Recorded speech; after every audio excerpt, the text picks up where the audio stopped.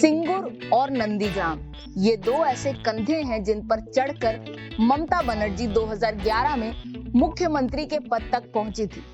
क्या पुनः 2021 में ये कंधे उनके काम आएंगे, उन्हें मुख्यमंत्री बनाएंगे या उन पर उल्टा असर डालेंगे? इस पर बात करेंगे हम आज के वीडियो में। सबसे पहले देखते हैं कि तब से अब तक क्या बदला है इन क्षेत्रों में।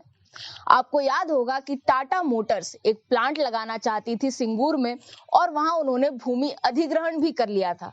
लेकिन फिर जिन लोगों की भूमि अधिग्रहित की गई थी उनके साथ मिलकर ममता बनर्जी ने आंदोलन छेड़ा, विरोध प्रदर्शन किया और अंततः टाटा मोटर्स को वह जगह खाली करनी पड़ी। लेकिन वे वहां पर कुछ संरचनाएं पहले से ही बना चुके थे। लेकिन ममता बनर्जी ने वादा किया कि वे पुनः इस भूमि को खेती करने योग्य बना देंगी और उन किसानों को लौटा देंगी जिनकी भूमि ली गई थी। 2008 में टाटा मोटर्स तो चले गए, लेकिन आज भी वह भूमि वैसी ही पड़ी है, कुछ घास वहां उगी है और एक तरह से खंडहर कहा जा सकता है जो उस क्षेत्र में हो गया है। 2011 में मुख्यमंत्री बनने के बाद ममता बनर्जी आनन फानन में अधिनियम तो लेकर आई कि लोगों को वह भूमि लौटा दी जाएगी। और साथ ही अगर आप तृणमूल की वेबसाइट पर जाएंगे तो देखेंगे कि एक बड़ा सा आर्टिकल है जो ममता बनर्जी के इस अभियान पर केंद्रित है, मां माटी मनुष्य इस नाम से। लेकिन हुआ क्या? सांकेतिक रूप से वहां पर उन स्ट्रक्चर्स पर बुलडोजर तो चलवा दिया गया, लेकिन वह भूमि खेती करने योग्य बनाई नहीं जा सकी और वहां के किसान अभी भी परेशान हैं। उन्हें दिहाड़ी मजदूरी पर आश्रित होना पड़ रहा है अपने रोजमर्रा के कामों के लिए और वे खेती नहीं कर पा रहे हैं। साथ ही बंगाल में खेती से आय करना बहुत मुश्किल काम है क्योंकि वहां पर जो लैंड साइज है, जो भूमि का क्षेत्रफल है, वह काफी कम है।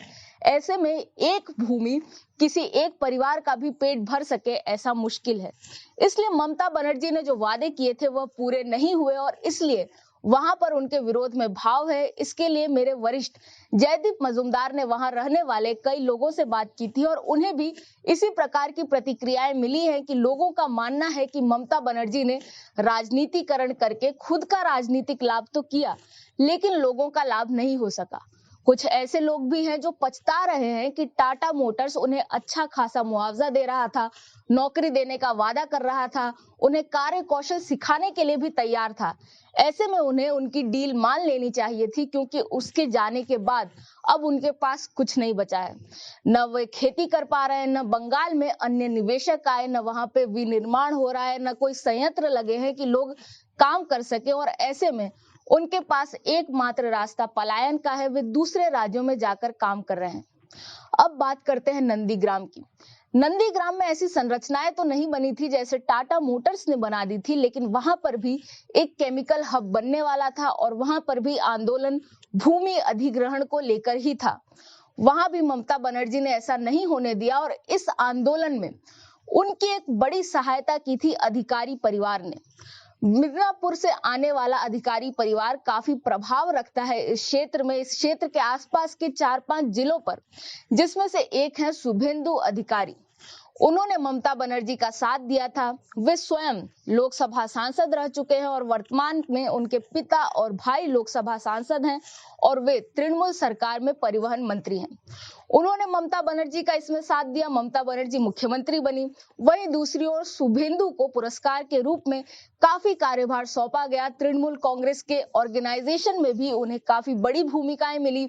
जहां जहां चुनाव होते थे उन्हें वहां प्रभारी बनाया जाता था। 2016 के चुनावों में भी उन्होंने अहम भूमिका निभाई और जहां का प्रभार उन्हें मिला था वहां पर प्रत्याशियों को जिताया। साथ ही उन्हें परिवहन मंत्री भी बनाया गया और ऐसे में उनकी लोकप्रियता बढ़ने लगी तृणमूल के अंदर ही अंदर और इस चीज का डर सताने लगा ममता बनर्जी को।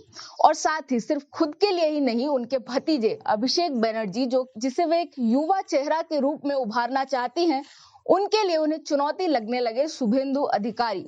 ऐसे में ममता बनर्जी ने अपने वफादारों को उनके विरुद्ध भड़काना शुरू किया। यानी वे लोग यदि अधिकारी के विरुद्ध कुछ करते थे तो इसे ममता बनर्जी का बढ़ावा मिलता था, और ऐसे करते करते एक तरह से तृणमूल में दो गुट बन चुके हैं, जिसे जमीनी स्तर पर आप जाकर देखेंगे तो पाएंगे कि एक दीदर अनुगामी है, यानी दीदी को जो फॉलो करते हैं वो, और एक दादर अनुगामी है, यानी दादा यानी शुभेंदु अधिकारी को जो फॉलो करते हैं।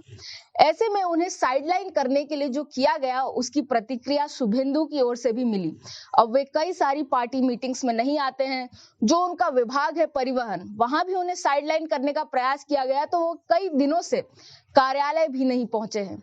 ऐसे में ये बातें भी उठ रही है कि हो सकता है कि वे अपनी एक पार्टी लॉन्च कर दें, और यदि ऐसा हुआ तो नंदीग्राम, जहां के निकट तामलुक लोकसभा से वे सांसद बने थे, वह भी ममता बनर्जी के लिए चुनौती बन जाएगा। ध्यान देने वाली बात यह है कि ये क्षेत्र दक्षिण बंगाल में आते हैं, जहां पर तृणमूल की अच्छी पकड़ मानी जाती है, और यहां तक कि जब 2019 की मोदी लहर में भी जब बंगाल में कई सीटों पर भाजपा जीती, इस क्षेत्र में नहीं जीत पाई। ऐसे में भाजपा के लिए जो चुनौती है दक्षिण बंगाल, वह स्वयं ममता बनर्जी की गलतियों के कारण भाजपा के लिए आसान बन सकता है। ऐसे में देखना होगा कि तब तक क्या होता है। क्या अधिकारी अलग पार्टी खोलते हैं? क्या सिंगूर के किसान जिन्होंने 2019 में हुगली लोकसभा सीट के लिए लॉकेट चटर्जी को जिताया था, वे पुनः भाजपा को वोट करते हैं? यह सब देखना रोचक होगा। मैं हूं निष्ठा अनुश्री, देखते रहें स्वराज्य।